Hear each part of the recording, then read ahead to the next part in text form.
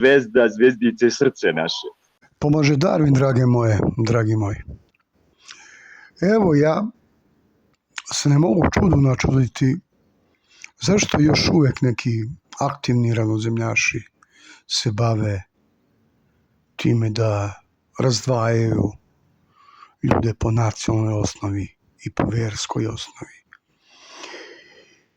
Tipa Meska, koji vređa srpski narod i srpsku istoriju, ili Jovana Boškovića, koji zbog svog dečka promoviše Globus, ili pak Mabusa, koji se uspinje iz petnih žila da vređa ljude po verskoj osnovi.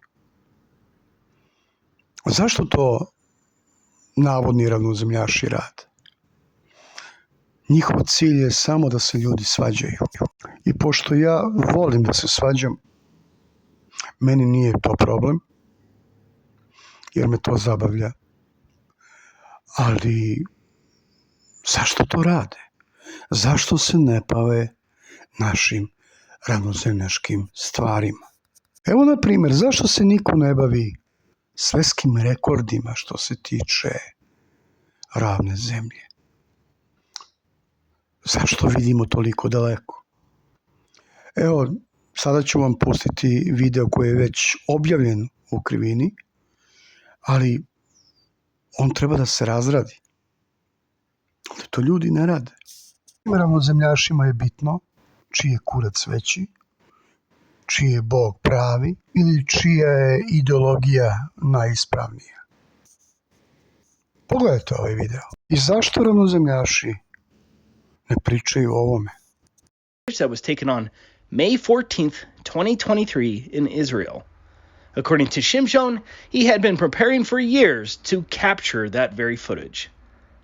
The current recognized world record long-distance ground-to-ground photograph from the Beyond Horizons website is this photo at a distance of 275 miles.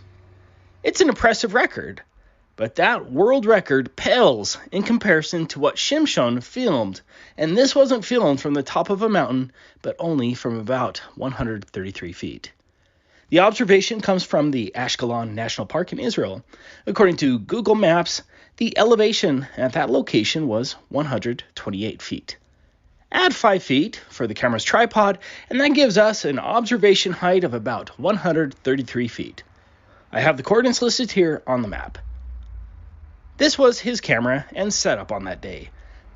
I don't know much about cameras, but Shimshon is using a full-spectrum infrared camera here.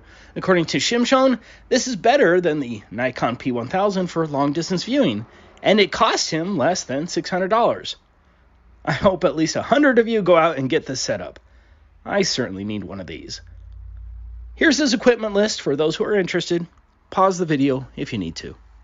Much like this Canigou photograph that was taken in France from a distance of 163 miles that you can find on the Beyond Horizons website, Shimshon instead planned to capture the setting sun behind the Greek island of Crete.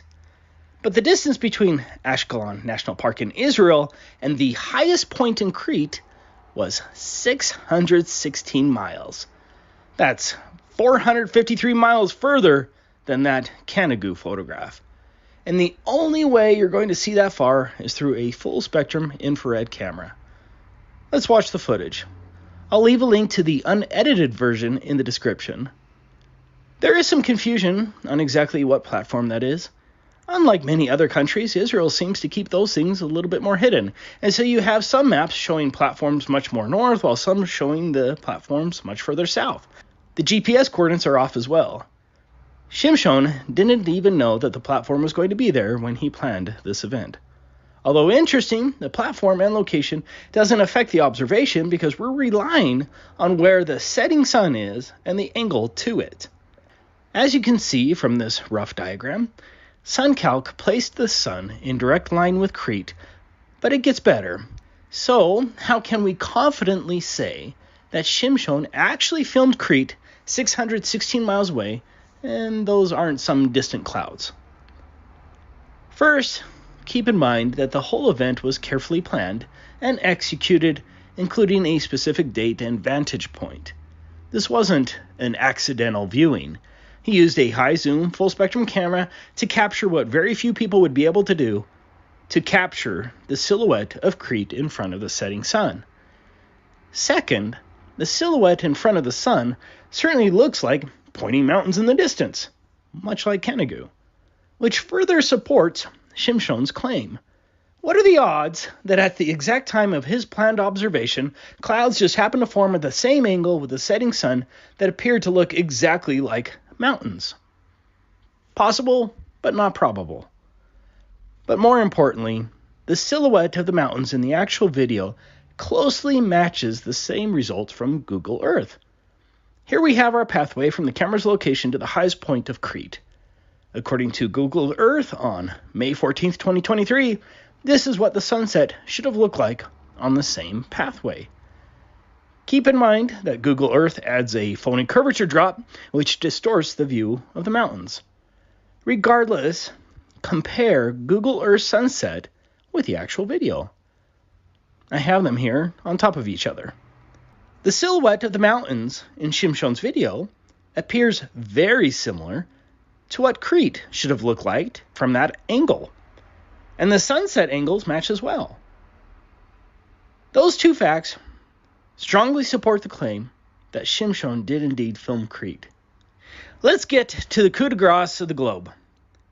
At an observation height of 133 feet and a distance of 616 miles, we get a target hidden height of 240,197 feet, or 45.5 miles. Here are the calculations in metric. For some perspective, a height of 45.5 miles would be enough to hide 88 of the Burj Khalifas stacked on top of each other.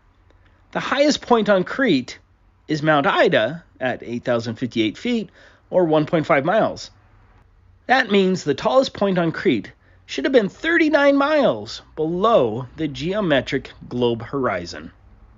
The top of those points should be 39 miles below the curvature from the vantage point of Israel. Of course, the hired globe propagandists aren't going to give up their livelihood and surrender to the flat earth truth, but come on. Shimshon's video evidence here destroys the globe for the honest and reasonable person. There is simply no way that Crete should have been visible 616 miles away at a mere observation height of 133 feet. I don't care what imaginary pixie dust you throw at it in your ridiculous attempts to maintain your globe indoctrination. The globe illusion is dead here. Thank you for watching.